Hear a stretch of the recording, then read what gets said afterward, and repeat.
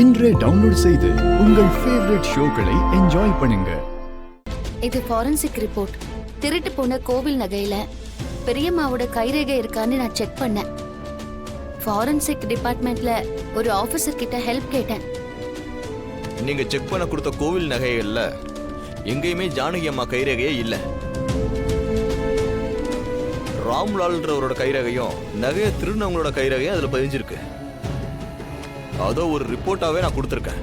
இதை நீங்க ஆதாரமா கோர்ட்லயும் சப்மிட் பண்ணலாம். இருந்தாங்க சார், இது ரொம்ப பெரிய உதவி சார். சரி, உங்களுக்கு எவ்வளவு நன்றி சொன்னாலும் பத்தாது. சரி, சீனு, போலாமா? வா போலாம். தேங்க்யூ வரும் சார். ஓகே, வாங்க.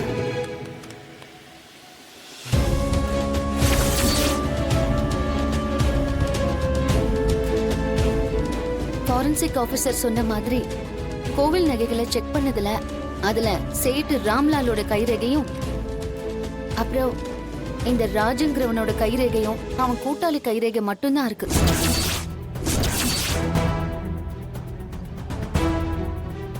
அதுல எங்கேயுமே ஜானகி பெரியம்மாவோட கைரேகை இல்லைன்னு இந்த ரிப்போர்ட்ல மென்ஷன் பண்ணிருக்காங்க. இது ஆதாரபூர்வமான ரிப்போர்ட் தான். இத வச்சு நீங்க கோவில் நகையை திருடினது யாருன்னு தெரிஞ்சுக்கலாம்.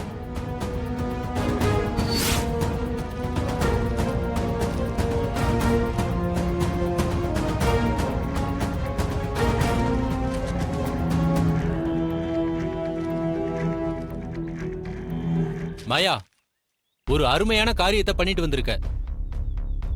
அண்ணனோட முயற்சியில நேத்து சாட்சி சொன்னவங்க நடந்த எல்லாத்துக்கும் காரணம் இந்த புவனேஸ்வரி அம்மா தானே சாட்சியத்தை மாத்தி இப்பதான் உண்மையை சொல்லியிருக்காங்க.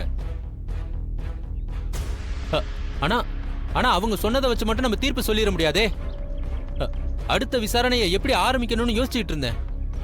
ஆனா நீ ஆதாரத்தோட வந்து என் வேலையை சுலபமாக்கிட்ட.